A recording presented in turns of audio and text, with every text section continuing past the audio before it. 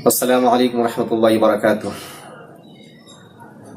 ہم سب اچھی طریقے سے جانتے ہیں کل نفس ذائقۃ الموت، موت سے کسی کو چھٹکارا نہیں ہے۔ جو اس دنیا میں آیا ہے اسے جانا ہوگا۔ موت ایک ایسی حقیقت ہے جس پہ آج تک کسی نے اختلاف نہیں کیا۔ ہر کسی کو ماننا پڑا کہ یہ حقیقت ہے جس سے آج نہیں تو کل ہمیں روبرو ہونا ہوگا۔ آج حضرت مفتی صاحب علیہ الرحمہ اس حقیقت کا سامنا کرتے ہوئے ہم سب کے بیچ سے پردہ فرما گئے ہیں۔ حضرت مفتی صاحب کی پوری زندگی آپ لوگوں نے کہا کہ اس سلسلے میں جو آپ کی یادداشت ہے وہ بتا دیں،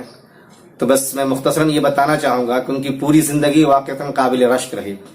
ایک لمبی مدت تک، ایک لمبے عرصے تک انہوں نے دین کی خدمات کا کام انجام دیا، درس و تدریس ہی سے وابستہ رہے، یہی اول اور آخر ان کا اپنا مشغلہ رہا۔ اس بیچ نہ جانے کتنی نسلیں ان سے مستفید ہوتی رہیں۔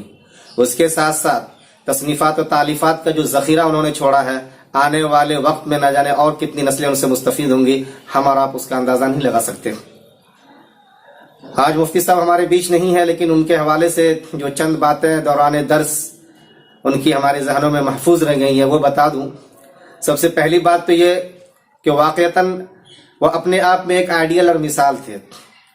مثال کا میں آپ کو کیا اندازہ بتاؤں، بس یوں کہہ لیجئے کہ اگر آج ہم یا تو مدرسے سے تعلق رکھتے ہیں علمی دنیا والے یا اسکول کالجز سے، ان دونوں کے حوالے سے صرف بات کروں،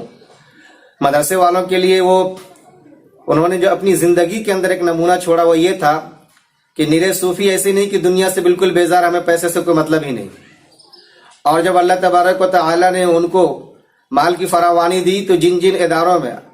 اشرفیہ راندیر سے لے کر کے دارالعلوم دیوبند تک جہاں پہ انہوں نے بہرحال اپنی تدریس کا آغاز کیا اور جہاں پہ ان کا اختتام ہوا، جہاں وہ ملازمت سے جڑے رہے،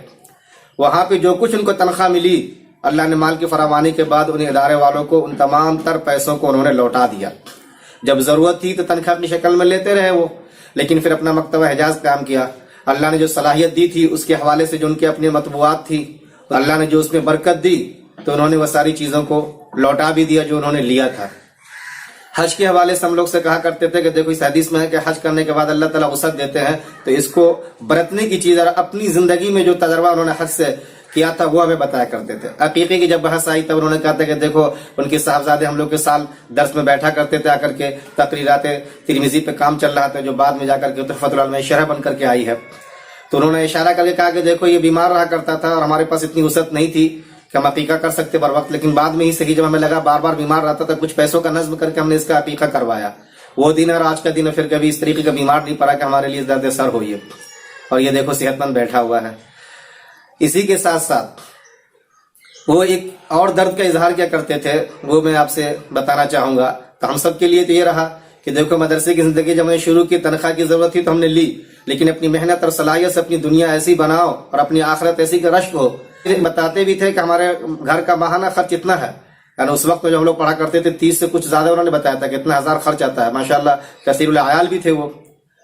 اور اتنا ظاہر سی بات جب کماتے ہوں گے اپنی محنت سے، اپنی تجارت سے، جبھی تو اتنا کر پاتے ہوں گے وہ۔ اور میں نے آپ سے کہا کہ لاکھوں لاکھ کا جو ان کا بنتا تھا، جو کچھ بھی ادارے والوں کا، سب انہوں نے واپس کر دیا تھا۔ لا اسألکم علیہ اجرا کہہ لیجیے کہ بعد میں تفسیر بن گئے تھے، ان اجریہ الا علی رب العالمین۔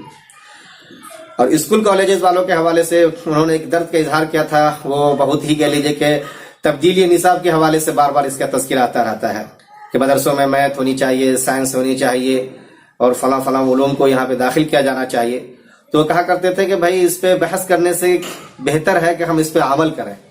اور مثال دے کہا کرتے تھے دیکھو ہم مدرسے والے 2000 4000 5000 پہ بہرحال اپنی زندگی مدرسوں میں کھپاتے ہیں، جہاں تک ہو سکتا ہے قرآن و حدیث کی خدمت ہم سے وہ ہم کیا کرتے ہیں۔ کاش ہمارے اسکول کالجز یونیورسٹیاں والے جو بیچارے آج ریٹائر ہو چکے ہیں اور اللہ نے ان کو فراوانی دے رکھی، پینشن ان کو مل رہا، وہ اپنے اپنے موضوعات کو لے کے سامنے آتے اور کہتے ہیں کہ دیکھو میں بہت بڑا میتھ کا ماہر ہوں، مجھے مدرسے کے اندر میتھ پڑھانے دیا جائے۔ ایسے سائنس والے آتے، جغرافیہ والے آتے، انگلش لٹریچر اور زبان والے آتے، اور وہ لوگ اپنی اپنی خدمات پیش کرتے،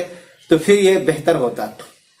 اور ہمیں نہیں لگتا کہ کوئی محترم پھر منع کرتا کہ بھائی آپ یہ خدمات انجام دینا چاہتے ہو اور ہم آپ کو نہیں کرنے دیں گے، نہیں۔ تو مسئلہ یہ ہوتا ہے کہ لوگ آتے نہیں آگے، اور آتے ہیں تو پھر ان کی جو اپنی ایک